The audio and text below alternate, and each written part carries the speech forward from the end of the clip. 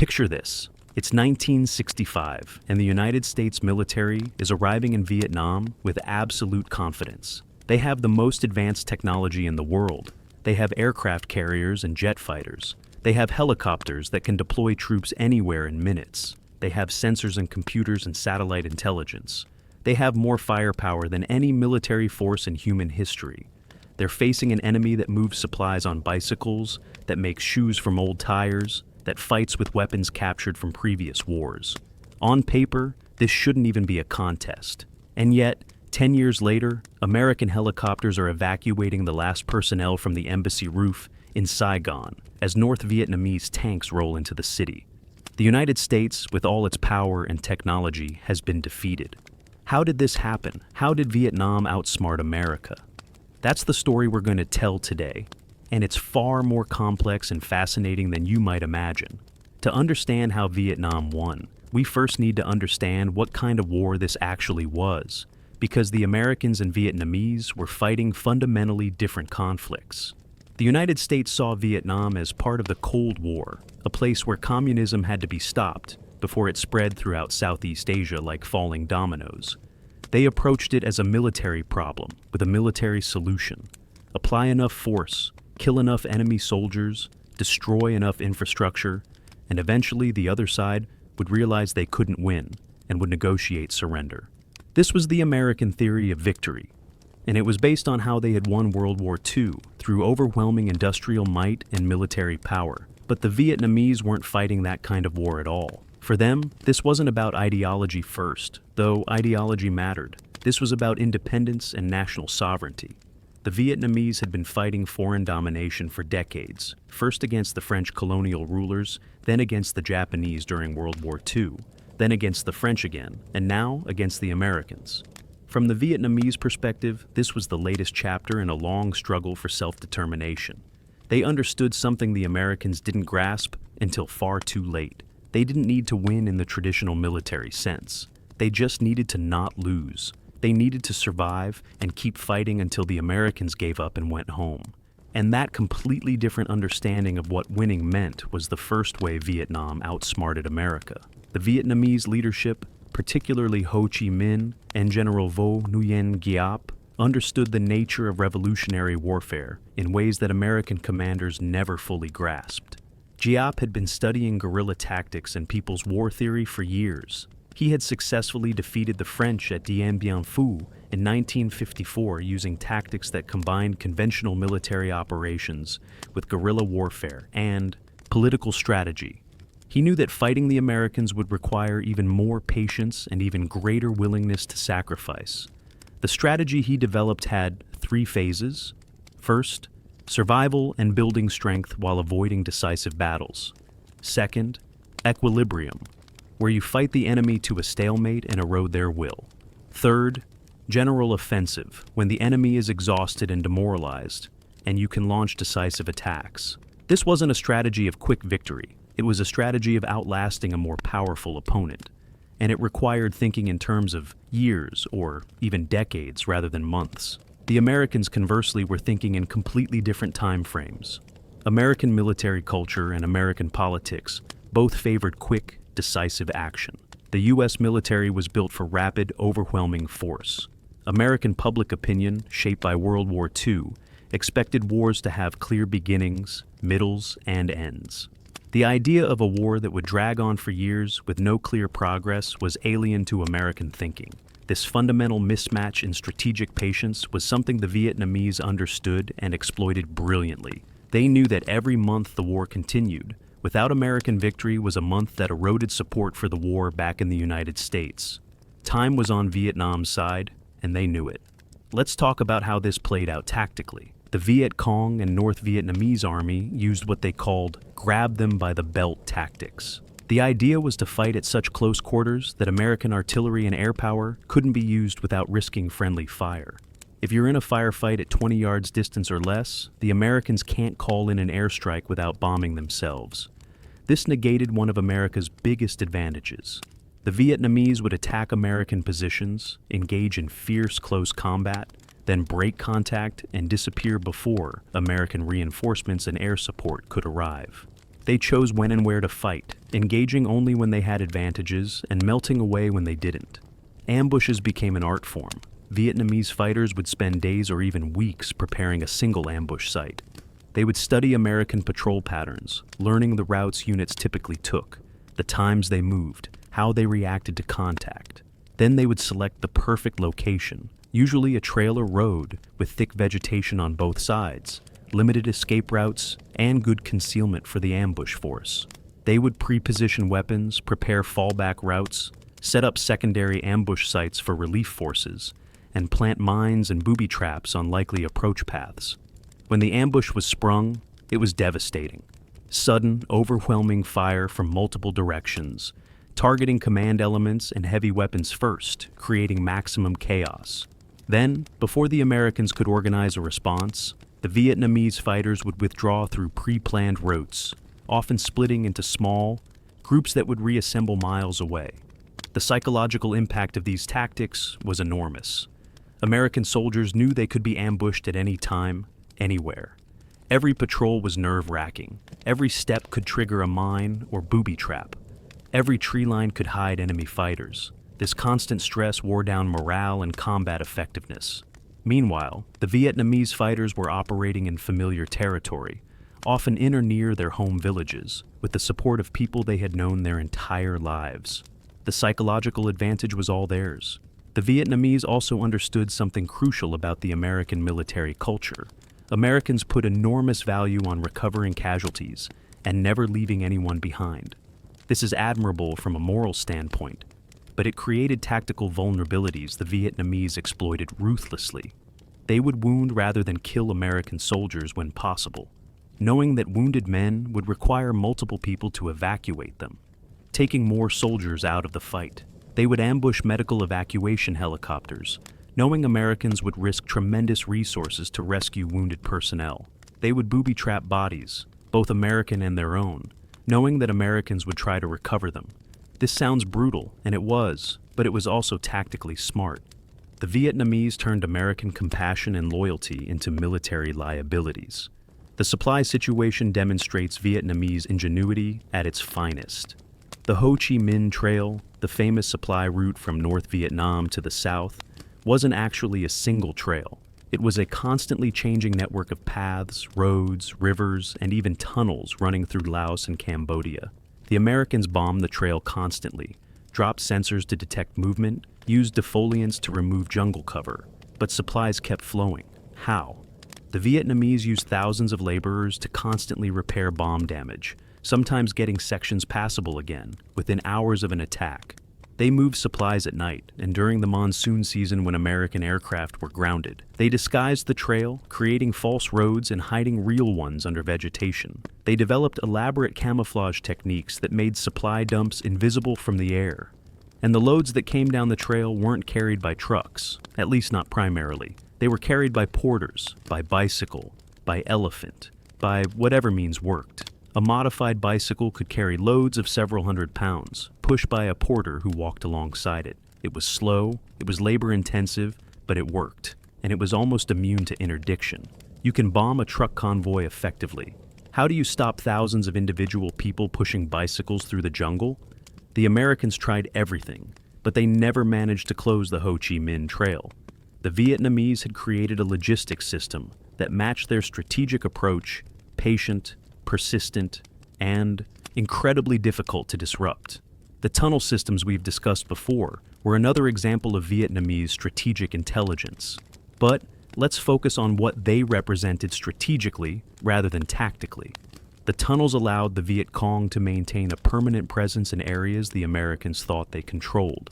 An American unit could sweep through a district, encounter no resistance, and declare the area pacified. But beneath the ground, Viet Cong fighters, supplies, and infrastructure remained intact. As soon as the Americans moved on to the next operation, the Viet Cong would emerge and resume control. This created a strategic impossibility for the Americans. There was no way to actually control territory without leaving massive numbers of troops in every village permanently, and the Americans didn't have enough troops for that.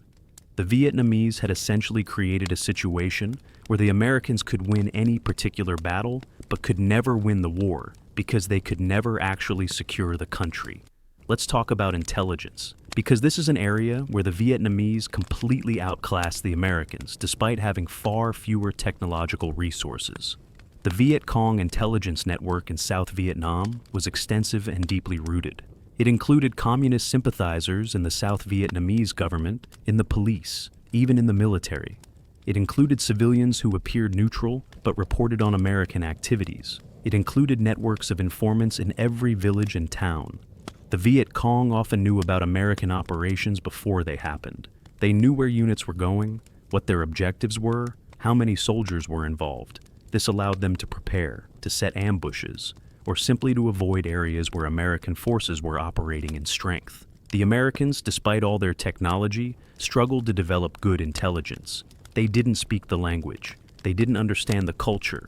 They couldn't tell who was a genuine civilian and who was Viet Cong. Their South Vietnamese allies were often corrupt or incompetent or had been infiltrated by the communists. The intelligence the Americans did get was often wrong or outdated. They would launch operations based on reports of Viet Cong concentrations, only to find empty jungle because the enemy had been warned and moved. This intelligence advantage for the Vietnamese was partly about having better networks, but it was also about fighting on home ground with the support of the population, or at least parts of it. That's an advantage no amount of technology can fully overcome. The Vietnamese understanding of the political dimension of the war was sophisticated in ways that American leadership failed to match. Ho Chi Minh famously said that the Americans would kill 10 Vietnamese for every American death. But in the end, the Americans would tire of killing and go home, while the Vietnamese would still be there. This was a political calculation, not a military one. The Vietnamese leadership understood that American democracy and American media meant that the war was being fought in American living rooms as much as in Vietnamese jungles. Every casualty reported on the news was eroding American support. Every month without clear progress was raising questions about the war's purpose. The Vietnamese didn't need to invade America or destroy the American military. They just needed to make the war so costly and so seemingly endless that Americans would demand their government ended. The Tet Offensive of 1968 was the perfect example of this political sophistication. From a purely military standpoint, Tet was a disaster for the communists. They launched simultaneous attacks on cities throughout South Vietnam, hoping to spark a general uprising against the South Vietnamese government. The uprising never happened. American and South Vietnamese forces recovered from the initial surprise and inflicted massive casualties on the attackers. The Viet Cong, in particular, were nearly destroyed as an effective fighting force. By traditional military metrics, Tet was an American victory. But strategically and politically, it was a Vietnamese triumph. The attacks, particularly the attack on the American embassy in Saigon, were broadcast on American television. The American public had been told repeatedly that the war was being won, that the enemy was on the verge of collapse. And now, here were enemy forces attacking the American embassy itself, fighting in the streets of supposedly secure cities. The gap between what Americans had been told and what they were seeing was too large to explain away. After Tet, American public support for the war began seriously declining. President Johnson announced he wouldn't run for re-election. Peace negotiations began. The Vietnamese had understood something crucial. They couldn't win by destroying American military forces, but they could win by destroying American political will. Tet was designed to achieve the latter, and it succeeded brilliantly. This was strategic thinking at the highest level, sacrificing enormous military resources to achieve a political objective that would ultimately win the war. The North Vietnamese negotiation strategy during the Paris peace talks was another masterclass in strategic patience and understanding your opponent. The talks began in 1968 and dragged on for years. The Vietnamese would haggle over tiny details, the shape of the negotiating table, the order of speaking, procedural minutiae. To Americans, this seemed pointless and frustrating. Why wouldn't the Vietnamese just negotiate seriously? But the Vietnamese understood exactly what they were doing. Every month the talks continued. American forces were withdrawing from Vietnam under the policy of Vietnamization. Every month, American public opinion was turning more strongly against the war. Every month, the American position was weakening. The Vietnamese didn't need to rush to an agreement. Time was working for them. They could afford to wait for an agreement that gave them what they wanted because they knew the Americans couldn't afford to wait. The Americans needed a deal to end the war and get out. The Vietnamese just needed to survive until the Americans left, and then they could deal with the South Vietnamese government on their own. Let's discuss the adaptation and learning that the Vietnamese demonstrated throughout the war. When the Americans first arrived with their helicopters and their airmobile tactics, the Vietnamese studied how these were used and developed countermeasures. They learned to shoot at helicopters during landing and takeoff when they were most vulnerable. They learned to aim for the pilot and the fuel tanks. They developed tactics for dealing with helicopter assaults, letting the first wave land and then attacking before reinforcements could arrive. When the Americans began using armored personnel carriers, the Vietnamese developed tactics for those too. Mines and rocket-propelled grenades aimed at tracks and vulnerable spots. Ambushes in terrain where the vehicles couldn't maneuver effectively. The Vietnamese were constantly learning, constantly adapting, constantly figuring out how to counter American advantages. And they did this despite having minimal formal military education for many of their fighters. They did it through experience, through trial and error, through sharing lessons learned among units, and through a command structure that encouraged initiative and adaptation. The American military, despite all its schools and training programs and doctrine, was often slower to adapt because its very size and bureaucracy made change difficult. The Vietnamese were more nimble, more able to quickly implement new tactics that worked and discard those that didn't. The way the Vietnamese used the media and international opinion was sophisticated and effective. They understood that this war was being watched by the world and that international pressure on the United States could be as valuable as military victories. They gave access to sympathetic journalists who would report on American use of napalm and herbicides, on civilian casualties, on the destruction of villages. They cultivated relationships with the anti-war movement in America and Europe, providing information and symbolism that protesters could use. They released prisoners of war at strategic moments to generate positive publicity. They positioned themselves as a small nation fighting for independence against a superpower, invoking the American Revolution and anti-colonial movements worldwide. This was information warfare conducted skillfully and consistently throughout the conflict. The Vietnamese also understood economic warfare in ways that hurt the Americans strategically.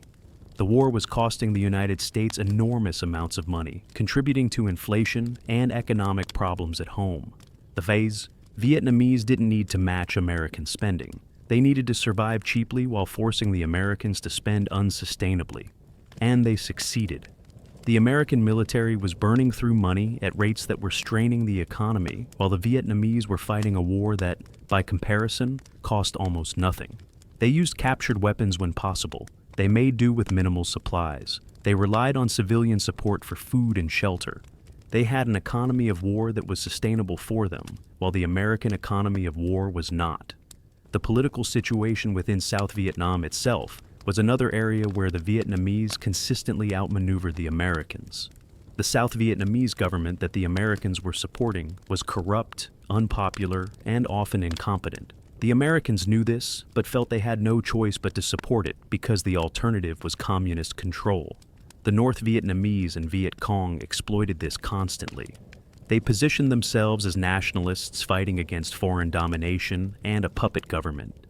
They built support in rural areas by addressing local grievances, by providing a sense of purpose and community, and by offering a vision of Vietnamese independence and unity.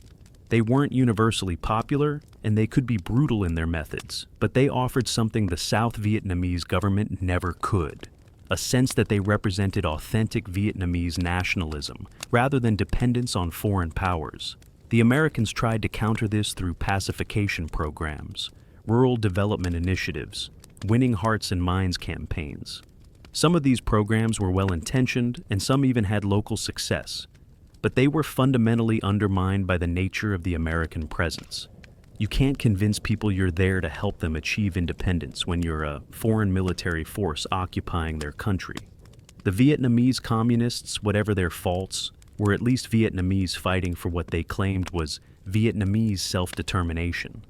That gave them a political legitimacy that no amount of American aid or development programs could provide to the Saigon government. Let's talk about the pure endurance factor, because this is where Vietnamese advantages were most stark. The Vietnamese were willing to accept casualties at rates that would have been politically impossible for the Americans. This isn't because they valued life less or were inherently more callous. It was because they saw the war as existential in a way Americans didn't.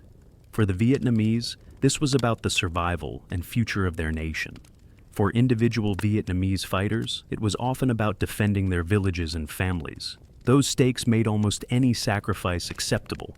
American soldiers, by contrast, were fighting in a war that most couldn't fully explain the purpose of, thousands of miles from home, with no clear connection to American security. As casualties mounted and the war dragged on, the question, "Why are we here?" became impossible for many soldiers to answer satisfactorily. The Vietnamese also had a cultural context that supported endurance.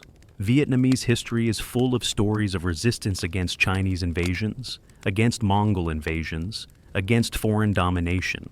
There's a cultural narrative of smaller Vietnam defeating larger powers through patience and perseverance. This wasn't just propaganda, it was deeply embedded in how Vietnamese understood their own history and identity. Fighting and sacrificing against foreign invaders wasn't new or strange, it was part of what it meant to be Vietnamese. This cultural foundation gave the Vietnamese a reservoir of endurance that the Americans, fighting an optional war in a distant land, simply didn't have. The command structure differences between the two sides also favored the Vietnamese in subtle but important ways. The American military had a one-year tour of duty for most personnel in Vietnam. This meant that just as soldiers and officers were gaining experience in understanding the environment, they were rotated home and replaced with new people who had to start learning all over again. The Vietnamese fighters, by contrast, fought until they were killed, disabled, or the war ended. They accumulated years of experience. They knew the terrain intimately. They understood the patterns of American operations because they'd seen them repeated many times with only minor variations. This experience advantage was significant and grew more pronounced as the war continued. Additionally, the American command structure was rigid and hierarchical, relying heavily on standardized procedures and following orders from higher command. The Vietnamese structure, while also hierarchical in some ways, gave much more initiative to lower-level commanders. A Vietnamese unit commander could make tactical decisions based on local conditions without waiting for approval from higher headquarters. This made the Vietnamese forces more responsive and adaptable in the moment, able to exploit opportunities quickly or avoid dangers immediately without waiting for permission. In a guerrilla war where circumstances change rapidly, this flexibility was a real advantage. The Vietnamese use of sanctuaries in Cambodia and Laos was another example of strategic intelligence. They understood that American political constraints prevented full-scale operations into these neighboring countries for most of the war. So they used these areas as safe havens where they could train troops, stockpile supplies, and rest between operations. The Ho Chi Minh Trail ran through these countries largely because it was safer there than inside South Vietnam. When American and South Vietnamese forces did launch operations into Cambodia and Laos, the political cost within the United States was enormous, generating massive protests and congressional restrictions. The Vietnamese had identified a strategic vulnerability created by American domestic politics and exploited it throughout the war. The timing of the final offensive in 1975 showed Vietnamese strategic acumen in its final form. By early 1975, American forces were gone from Vietnam, except for a small guard at the embassy and some advisors. The Paris Peace Accords had been signed in 1973, officially ending American involvement. The South Vietnamese military was supposed to be able to defend itself after years of American training and equipment. The North Vietnamese probed South Vietnamese defenses and discovered they were weak, poorly led, and suffering from terrible morale. They launched what was initially planned as a limited offensive to gain territory for future negotiations. But when South Vietnamese forces began collapsing more quickly than anyone expected, the North Vietnamese immediately recognized the opportunity and accelerated their offensive, racing towards Saigon before the situation could change. This rapid exploitation of opportunity showed tactical and strategic flexibility. They had been patient for years, waiting for the Americans to leave. But when the moment came, when they saw the chance for complete victory, they moved decisively and quickly. Within weeks, they achieved what had seemed impossible just months before: the complete conquest of South Vietnam and reunification of the country. The Americans watched from afar, unable and unwilling to intervene again. The long war was over, and Vietnam had won. So, how did Vietnam outsmart America? Not through any single brilliant tactic or strategy, but through a comprehensive understanding of what kind of war they were fighting and what victory required. They understood that this was a political war as much as a military one. They understood that time was on their side. They understood that they didn't need to win in conventional terms, just avoid losing long enough for American will to break. They understood their own advantages: knowledge of terrain, support from much of the population, willingness to sacrifice, strategic patience, and they understood American weaknesses: political divisions, time pressure, dependence on technology that often didn't work well in Vietnamese conditions, and cultural misunderstanding of Vietnam. They fought asymmetrically, refusing to play to American strengths and constantly working to negate American advantages while exploiting American weaknesses. They were patient when patience was needed and decisive when opportunity appeared. They adapted constantly to American tactics. They maintained their strategic focus even through devastating setbacks. They understood that winning the war required winning the political struggle in both Vietnam and the United States. The American failure wasn't primarily military. American forces won most of the battles. They killed far more Vietnamese than they lost. They demonstrated tremendous courage and capability. The failure was strategic and political. The Americans never developed a clear, achievable definition of victory. They never understood the nature of the war they were fighting. They applied massive military power to a problem that couldn't be solved by military power alone.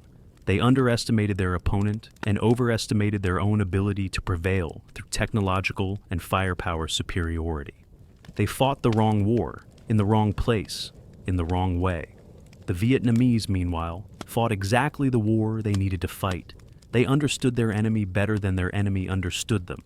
They were smarter about the political dimensions of the conflict. They were more patient strategically. They were more adaptable tactically.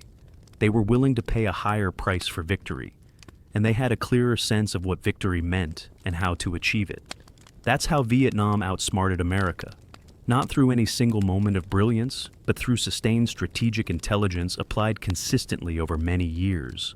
Through understanding that wars aren't just won on battlefields, but in the realm of politics, morale, and will. Through recognizing that the most powerful military in the world could still be defeated if you understood its weaknesses and had the patience and determination to exploit them over time. The lessons from this conflict remain relevant today. Technological superiority doesn't guarantee victory. Understanding the nature of the conflict you're in is more important than raw military power. Political will and strategic patience can overcome material disadvantages. Wars aren't won just by killing enemy soldiers, but by achieving political objectives. An opponent fighting on their home ground, for their independence with the support of at least part of their population, has advantages that no amount of firepower can eliminate. These lessons were written in the jungles and rice paddies of Vietnam, paid for with the lives of millions of Vietnamese and tens of thousands of Americans. We ignore them at our peril. The story of how Vietnam outsmarted America isn't a story of one side being morally better than the other. Both sides committed terrible acts. Both sides caused enormous suffering. It's not a story of one side being braver or more dedicated. There was tremendous courage and dedication on both sides. It's a story of strategic intelligence, of one side understanding the nature of their conflict better than the other. It's a story of how the weaker power can defeat the stronger if they fight the right kind of war. It's a story of how victory isn't always defined by military metrics, but by achieving your political objectives. And it's a story that reminds us that wars are incredibly complex endeavors where power alone doesn't determine outcomes.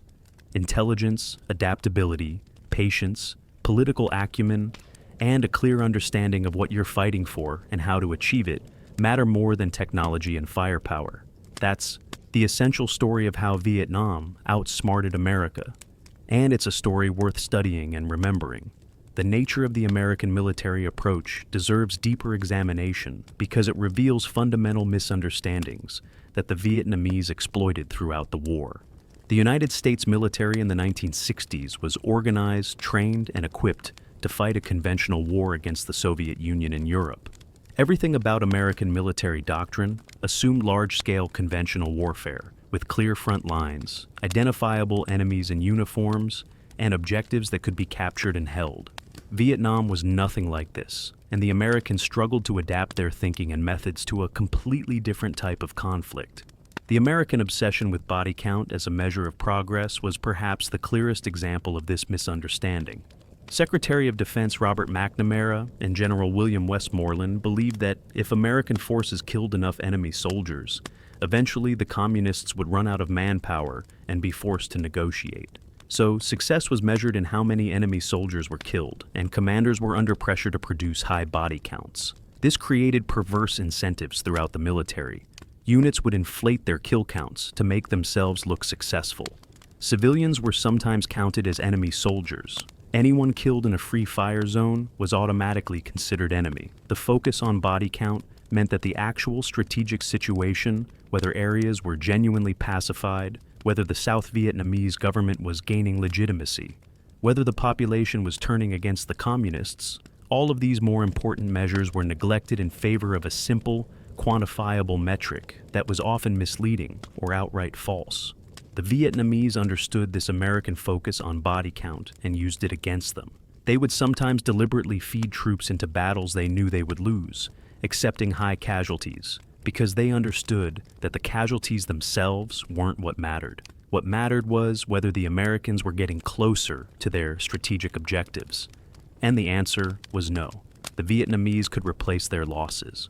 North Vietnam had a large population and a draft system that could continuously supply new soldiers. They also received support from China and the Soviet Union. More importantly, they had time to replace losses while the Americans did not. Every Vietnamese soldier killed was just a number to American commanders, but every American soldier killed was a name that would be read on television news back home, a family that would grieve, a small increment in the erosion of American public support for the war.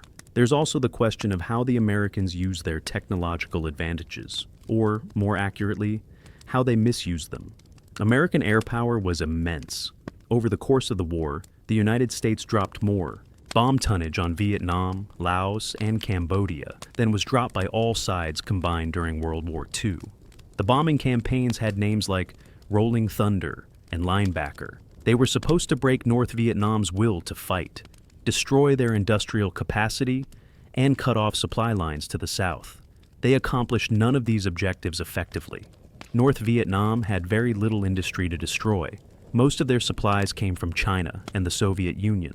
The population's will to fight, rather than being broken by bombing, was often strengthened by it, creating a siege mentality and national unity against the American attackers. And the supply lines, particularly the Ho Chi Minh Trail, proved virtually impossible to cut from the air.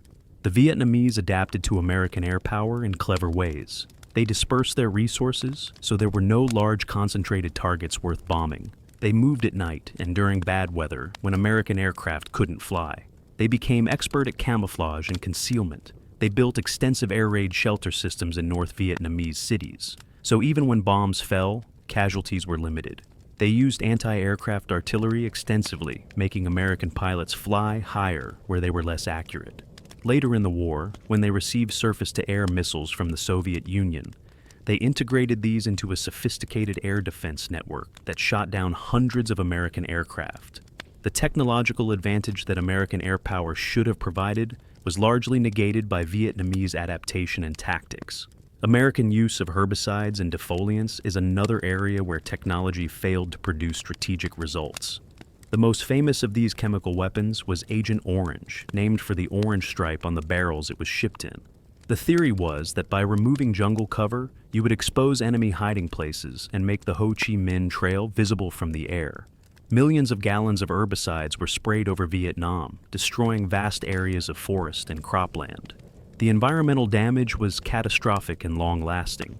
The health effects on both Vietnamese people and American soldiers who were exposed have been tragic, including cancers and birth defects that continue to appear in subsequent generations.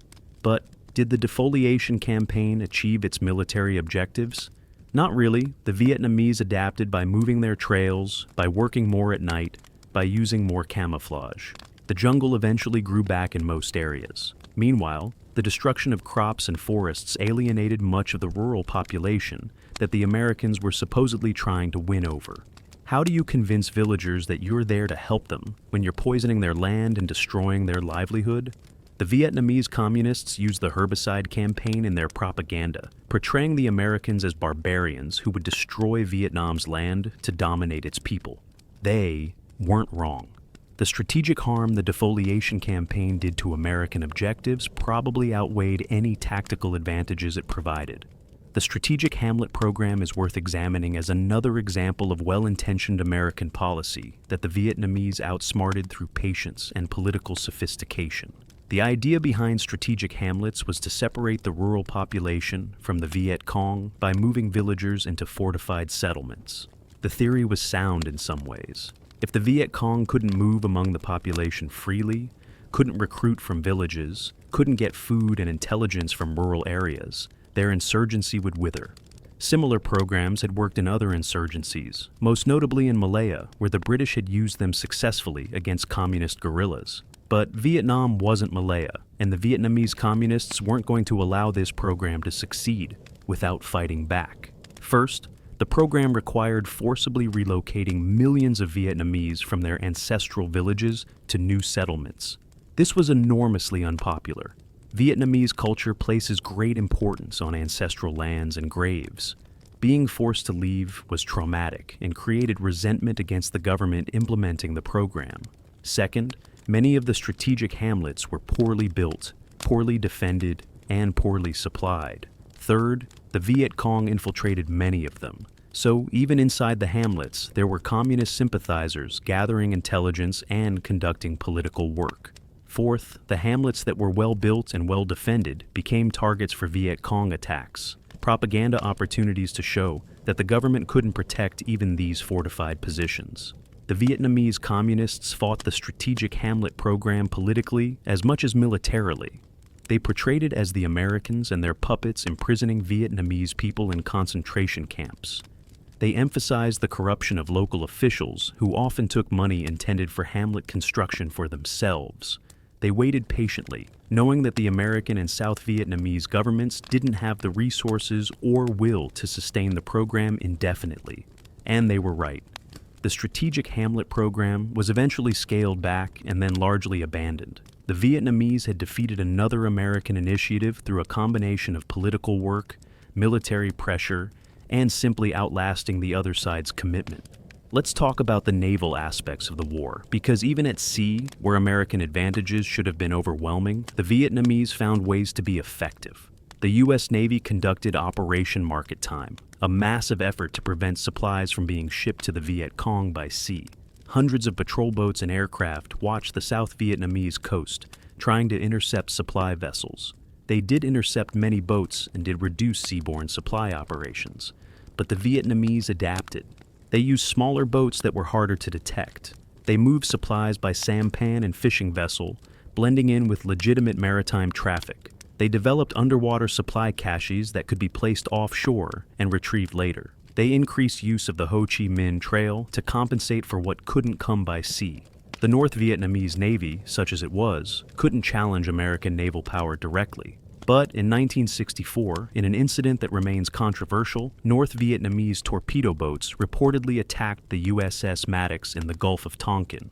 Whether this attack actually occurred as reported is disputed, but the incident was used to justify the Gulf of Tonkin resolution that gave President Johnson authority to escalate American involvement in Vietnam. Some historians believe the North Vietnamese deliberately provoked the incident, calculating that American retaliation would expose the war to greater international attention and ultimately work in Vietnam's favor by accelerating American involvement before they were fully prepared. If this was indeed Vietnamese calculation, it showed remarkable strategic sophistication, using a tactical defeat to achieve strategic advantage. The urban warfare during the Tet Offensive revealed more Vietnamese adaptation and intelligence. Before Tet, most fighting had been in rural areas. The communists had generally avoided cities where American firepower could be brought to bear most effectively. But during Tet, They deliberately attacked urban areas, including Saigon and the ancient capital of Hue.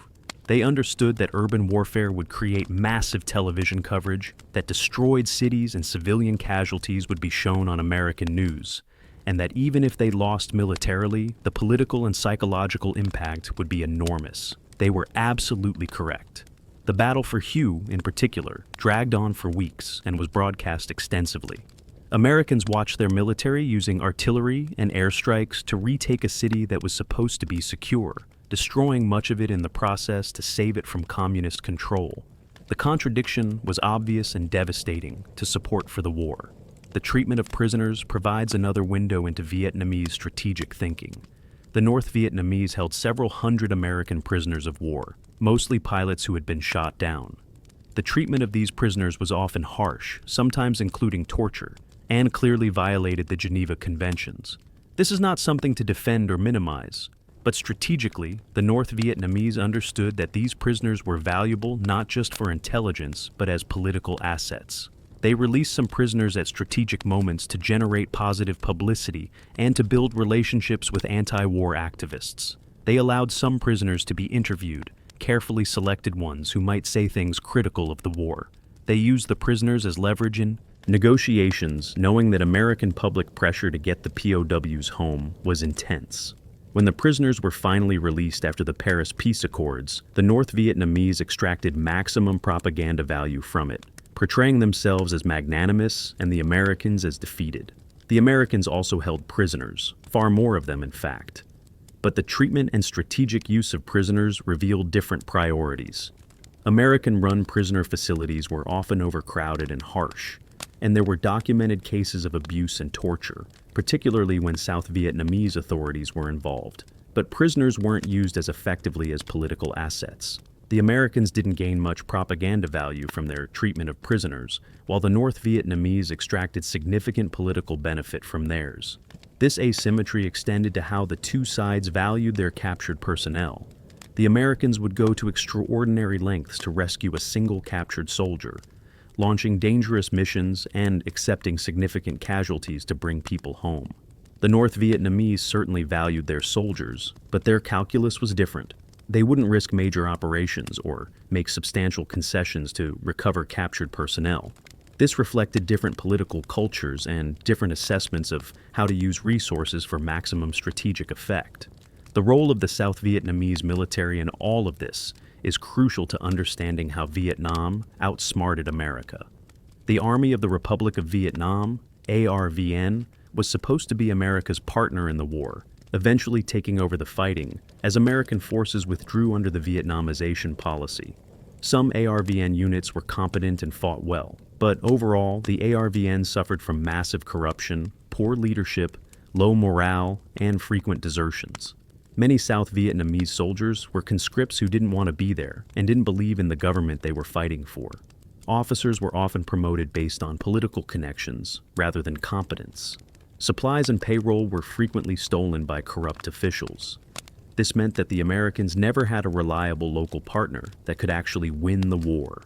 The North Vietnamese and Viet Cong understood ARVN's weaknesses and exploited them constantly. They infiltrated ARVN units with spies who provided intelligence and sometimes sabotaged operations. They targeted ARVN units preferentially in attacks, knowing they were more likely to break than American units. They conducted political warfare aimed at ARVN soldiers, questioning why they were fighting for a corrupt government on behalf of foreign powers. They offered amnesty to ARVN soldiers who defected. These efforts were often successful. ARVN's unreliability meant that American commanders couldn't trust them with crucial operations, which meant Americans had to do more of the fighting themselves, which increased American casualties, which eroded support for the war back home. It was a vicious cycle that the Vietnamese communists helped perpetuate through their political and military pressure on ARVN. The final collapse of South Vietnam in 1975 revealed just how hollow the Vietnamization policy had been. When the North Vietnamese launched their offensive, ARVN units fell apart with shocking speed. Units abandoned their positions without fighting. Officers fled, sometimes taking helicopters or planes and leaving their men behind. Soldiers deserted en masse, trying to get to Saigon or to find their families. Within weeks, an army that was supposed to be able to defend South Vietnam ceased to exist as an effective fighting force. The North Vietnamese had correctly assessed that once the Americans left, ARVN wouldn't be able to stand on its own. They waited patiently for that moment, then struck decisively. The diplomatic maneuvering throughout the war showed Vietnamese sophistication in international relations. Ho Chi Minh and his successors understood that they needed support from China and the Soviet Union, but had to carefully balance between these two communist powers who were increasingly hostile to each other. They managed to get aid from both, playing them off each other to some degree while not fully aligning with either. They cultivated relationships with non-aligned nations and with left-wing parties and movements around the world. They portrayed themselves as victims of American imperialism, as a small nation fighting for independence like America itself had done in 1776. This international solidarity work didn't win them the war directly, but it created political pressure on the United States and helped ensure continued support from communist allies. The Americans, despite having far more diplomatic resources, were often outmaneuvered diplomatically. The war damaged American relationships with allies who were skeptical of the commitment. It provided propaganda opportunities for the Soviet Union and China. It alienated much of the Third World, which saw Vietnam as a colonial war. American diplomacy was often reduced to trying to get other nations to send troops to Vietnam with limited success. Only South Korea, Thailand, Australia, and the Philippines sent significant numbers, and these were far fewer than the Americans hoped. The Vietnamese managed to portray themselves as the anti-colonial resistance while painting the Americans as the latest in a line of foreign invaders.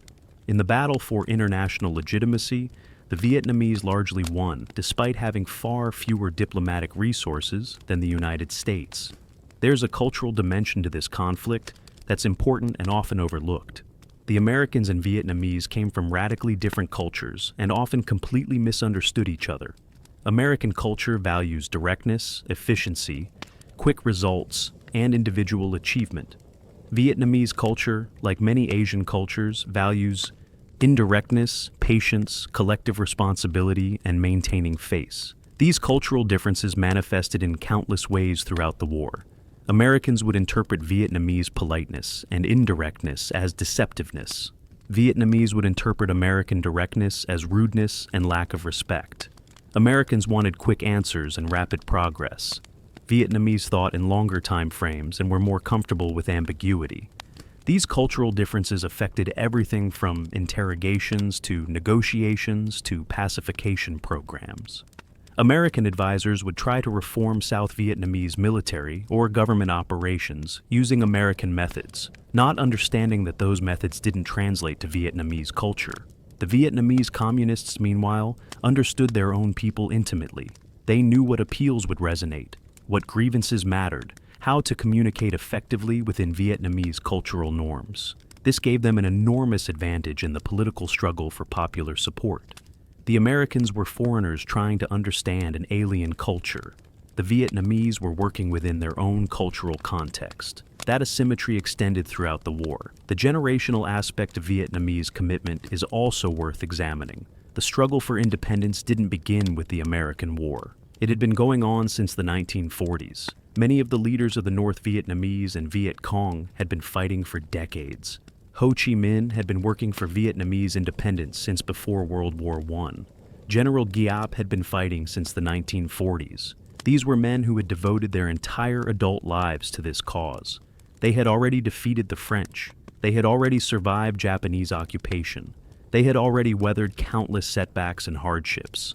The American War was just the latest chapter in a long struggle. This perspective gave them an ability to endure setbacks that would have seemed catastrophic to someone with a shorter time frame.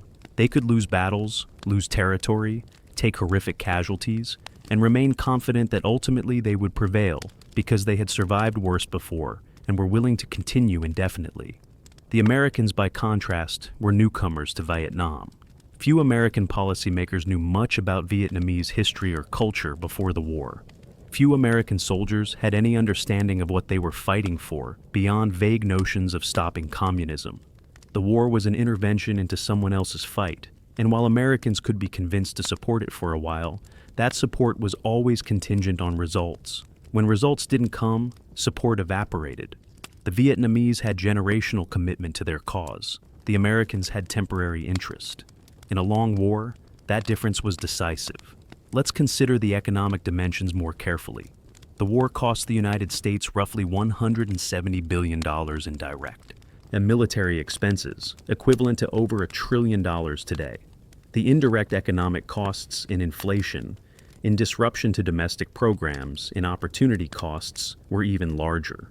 The war contributed to economic problems that plagued America throughout the 1970s. For North Vietnam and the Viet Cong, the war also had enormous costs in economic terms. But they were operating with a completely different economic model. Their economy was already poor and largely agricultural. They had little to lose economically and received substantial aid from China and the Soviet Union. They could sustain a war economy indefinitely because their population was accustomed to hardship and because their political system could impose sacrifices that would be impossible in a democracy.